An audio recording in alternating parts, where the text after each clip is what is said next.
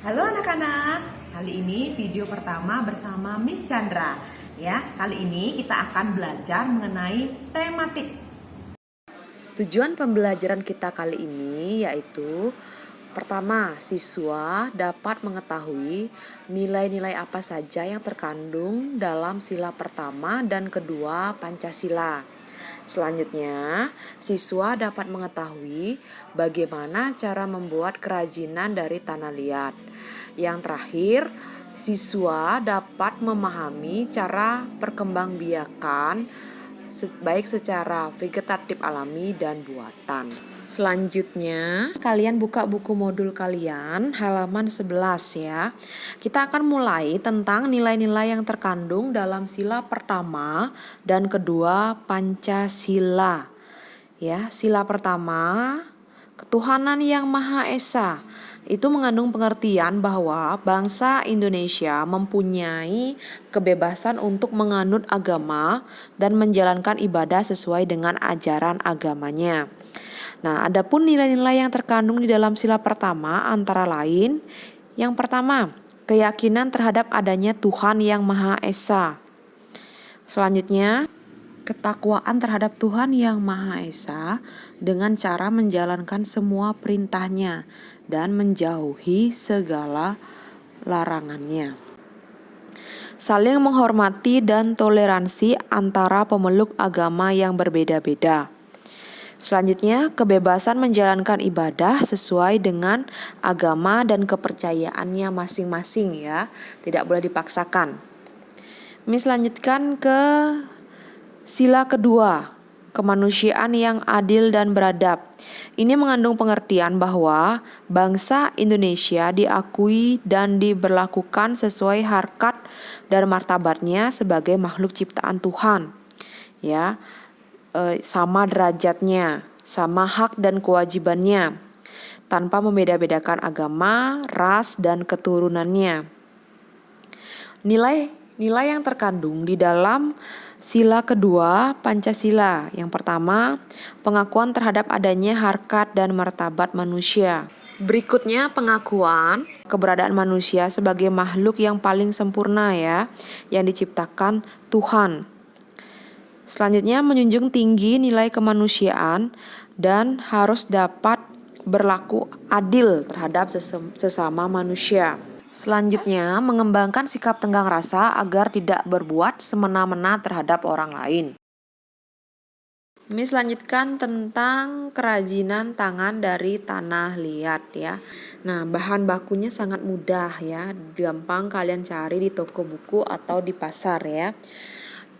Bahan bakunya ada tanah liat, alas plastik rata, benda tajam, obeng atau cutter. Terus mangkok yang berisi air. Adapun cara pengerjaannya ya, kalian membeli tanah liat ya. Lalu tanah liat ini dibentuk ya sampai kalis atau padat. Nah, bentuknya ini bisa sesuai dengan keinginan kalian ya. Nah, gunakanlah obeng atau cutter untuk membentuk tanah liat supaya lebih menyerupai bentuk yang kalian inginkan ya. Apabila sudah dirasa mirip atau bagus, haluskan dengan air yang ada di dalam mangkok agar permukaannya terlihat lebih halus. Yang terakhir, lalu keringkan ya. Baik, Miss lanjutkan tentang perkembangbiakan vegetatif. Nah, pertemuan sebelumnya kalian sudah mempelajari tentang perkembangbiakan generatif. Masih ingatkah tentang perkembangbiakan generatif? Ya, perkembangbiakan generatif adalah perkembangbiakan secara melalui proses perkawinan. Sedangkan sekarang yang akan kita bahas adalah perkembangbiakan vegetatif, yaitu perkembangbiakan tanpa melalui proses perkawinan. Nah, perkembangan vegetatif ini hanya melibatkan satu induknya saja, sehingga sifat anaknya ini akan sama dengan sifat induknya. Perkembangan vegetatif dapat dibedakan menjadi dua, ada vegetatif alami dan vegetatif buatan. Berikut Miss akan menjelaskan tentang cara perkembangbiakan vegetatif alami, membelah diri. Nah, membelah diri ini, tumbuhan akan membagi tubuhnya menjadi dua bagian yang sama secara langsung, di mana sel anaknya ada yang segera memisahkan diri dari induknya, ada juga yang tetap menempel pada tubuh induknya, sehingga membentuk suatu kelompok. Contohnya pada tumbuhan polpox dan talus. Berikutnya ada spora. Spora ini inti sel yang berubah fungsi menjadi alat perkembangbiakan. Spora terletak di sporangium. Jika sporangium pecah, spora keluar dan jatuh di tempat yang cocok, sehingga spora ini akan tumbuh dan berkembang menjadi tumbuhan paku baru. Berikutnya ada rizoma. Rizoma itu atau nama lainnya akar tinggal, batang yang tumbuh mendatar dalam tanah yang menyerupai akar ya.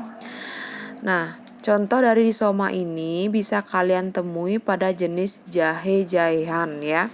Ada jahe, kunyit, kencur, temulawak. Berikutnya ada umbi lapis. Umbi lapis ini adalah bagian dari pelepah daun yang berfungsi sebagai cadangan makanan dan bentuknya biasanya berlapis-lapis. Contohnya ya pada bawang merah dan bawang putih. Berikutnya ada umbi batang. Umbi batang ini bagian batang yang tumbuh di dalam tanah. Fungsinya untuk menyimpan cadangan makanan. Contohnya biasanya terdapat pada tumbuhan kentang dan ketela rambat. Umbi akar. Umbi akar ini akar yang berubah fungsi untuk menyimpan cadangan makanan terutama saat tepung ya. Contohnya ada pada wortel, bunga dahlia. Berikutnya ada tunas. Tunas adalah kuncup yang tumbuh pada ujung batang atau ketiak daun. Nah, tunas ini bisa kalian lihat pada tumbuhan bambu dan pisang. Tunas daun atau tunas adventif. Pada tepi daun terdapat tunas yang dapat tumbuh bila diletakkan di tanah gembur. Nah, tumbuhannya contohnya pada cocor bebek dan begonia. Berikut ada geragih atau nama lainnya stolun. Adalah batang beruas yang tumbuh menjalar di atas atau di bawah permukaan tanah. Contohnya bisa kalian lihat pada tumbuhan stroberi, pegagan, dan semanggi. Kita lanjutkan ke perkembangbiakan tumbuhan secara vegetatif buatan ya. Yang pertama ada mencangkok. Cangkok ini adalah usaha untuk memperbanyak atau mengembangbiakan tumbuhan dengan cara membuat akar baru pada bagian batang. Selanjutnya ada stek. Stek ini dengan cara menanam potongan bagian tertentu dari tanaman. Ada 3 jenis stek. Ada stek batang, stek daun, dan stek akar. Merunduk. Merunduk adalah memperbanyak tanaman dengan cara membengkokkan sebagian batang atau ranting dan memendamkannya ke dalam tanah. Contohnya pada tumbuhan apel dan bougainville. Berikut ada okulasi atau menempel. Adalah cara memperbanyak tanaman dengan menempelkan tunas muda pada ranting atau batang tanaman induknya. Nah, contohnya biasanya diperoleh dari tumbuhan buah-buahan. Misalnya yang terakhir ada yang namanya kopulasi.